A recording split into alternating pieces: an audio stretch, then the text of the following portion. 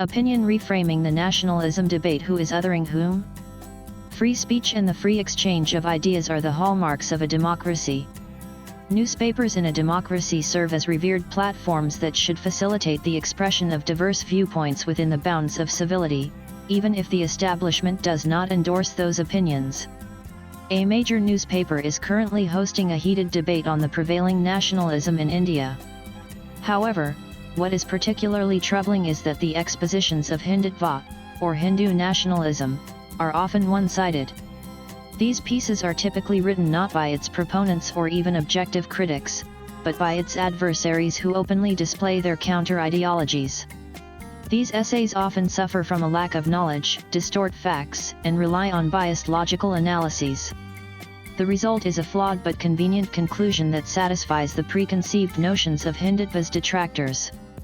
3 articles that recently appeared in that newspaper fall into this category. Yogendra Yadav's The Nationalism We Forgot, Indian Express, May 27, Suhas Palshikar's Who Stole My Nationalism?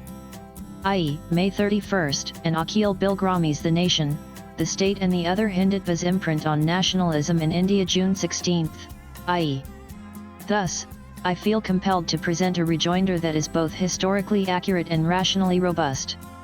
Yogendra Yadav writes, the nationalism we inherited from our freedom struggle was very different. To borrow an expression from John A. Powell, Indian nationalism was about belonging without othering. It sought to build the nation by creating a deep sense of national belonging without inventing external or internal enemies. This Indian nationalism is under assault today. The newfangled nationalism cannot think about fostering a sense of belonging without an aggressive campaign of othering. Akhil Bilgrami adds, Yogendra Yadav i.e. May 27 stresses a familiar distinction between two nationalisms. He invokes a vivid label, belonging without othering, to characterize the distinction. The nationalism pursued in the freedom struggle exemplified this label.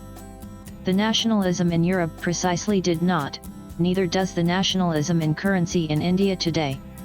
This inference about othering in the context of current nationalism is not only conceptually dishonest but also historically inaccurate. Othering as a phenomenon did not originate with the advent of Hindutva, nor was it, as these writers claim, the core strategy guiding the rise of Hindu nationalism. The notion of othering can be traced back much earlier in the subcontinent, starting with Muslim rulers who introduced the derogatory term kafir to define others. Jizya tax imposed solely on Hindus during the regime of Islamic kings was a systematic act of othering. Moreover, the othering of Hindus was a state-sanctioned policy endorsed by Muslim clerics and scholars, making it a systemic policy. When the Mughal Emperor Akbar tried to introduce a more syncretic culture, he was hounded by Muslim clerics, and the ideology of othering resurfaced with a vengeance. M.J. Akbar, in his book Tinderbox, The Past and Future of Pakistan, writes, the vision, however, was determined by an idea with lasting power, the search for Islamic space on the Indian subcontinent. The search began during the ebb of the Mughal Empire, and its formative ideology was shaped by the powerful mind of Shah Waliullah. Shah Waliullah was a Sunni scholar born in 1703, 4 years before the death of Aurangzeb. Waliullah succeeded Sheikh Ahmad Sirindi, who had charged Emperor Akbar with apostasy for seeking to create a shared Muslim-Hindu culture. Waliullah built upon Sirindi's idea of reform and fashioned a compelling argument for a jihad to establish a post-Mughal Islamic state in India. Waliullah's prescription was radical and intellectually rigorous. He proposed that Indian Muslims needed to be purged of Hindu influences to recover their pristine, victorious self, as contact with the infidel undermined the faith. This was essential for a true jihad against the rising Hindu powers, which had usurped space from the Mughals, Marathas, and Jats. M.J. Akbar further explains that Shah Waliullah elaborated on achieving this end. Faith had to be pure, and separation was the antidote to pollution. This is what might be called the theory of distance. The difference between believer and infidel had been blurred in India and could be corrected only through forms of alienation. He told Muslims to live at such a distance from Hindus that they would not be able to see the light of fires in Hindu homes.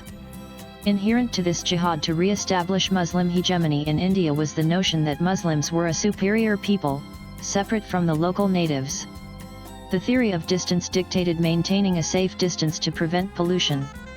Othering was and remains the sine qua non of Muslim presence in the subcontinent.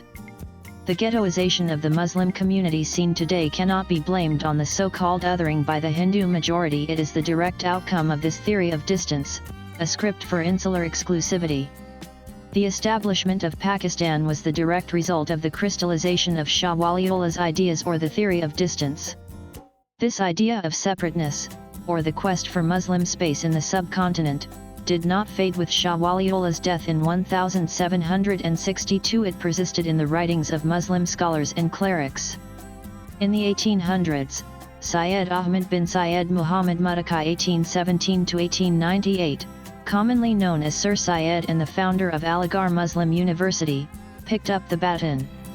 Building on Shah Waliullah's theory of distance, Sir Syed was one of the first to invoke the two-nation theory. He consistently referred to Muslims as a nation.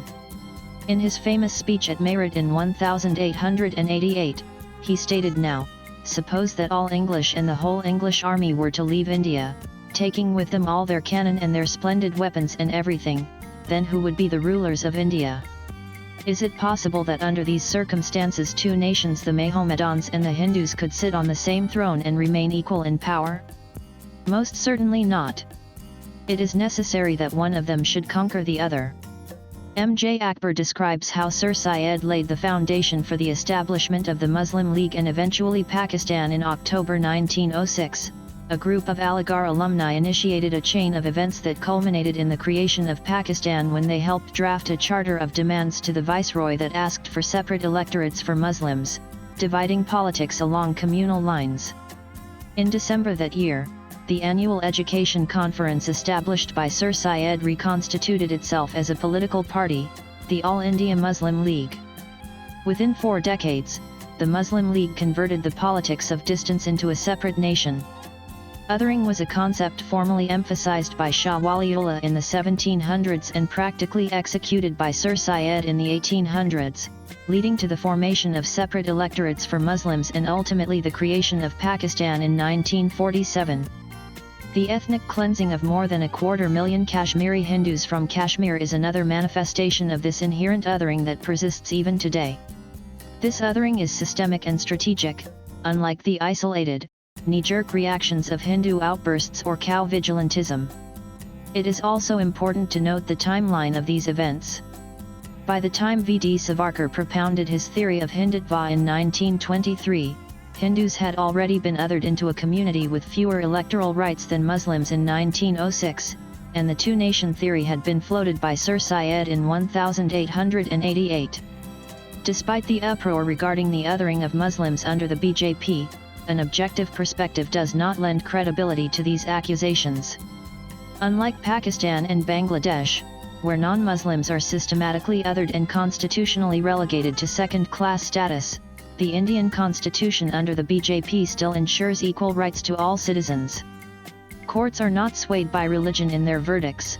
Computerized entrance exams to colleges make discrimination along religious lines almost impossible, and an analysis of UPSC results in recent years shows an increasing number of Muslims making the grade. Yogendra Yadav's and Akhil Bilgrami's views of the so-called othering stem from a narrow, selective, and selfing snapshot of events in the subcontinent. Their perspective is neither comprehensive, accurate, nor cogent in its scope. Swipe left for next video. The so-called othering of Muslims in current times is merely noise and not the reality on the street. The writer is a us-based author. Views expressed in the above piece are personal and solely that of the author. They do not necessarily reflect NEWS18's views. Latest blogs.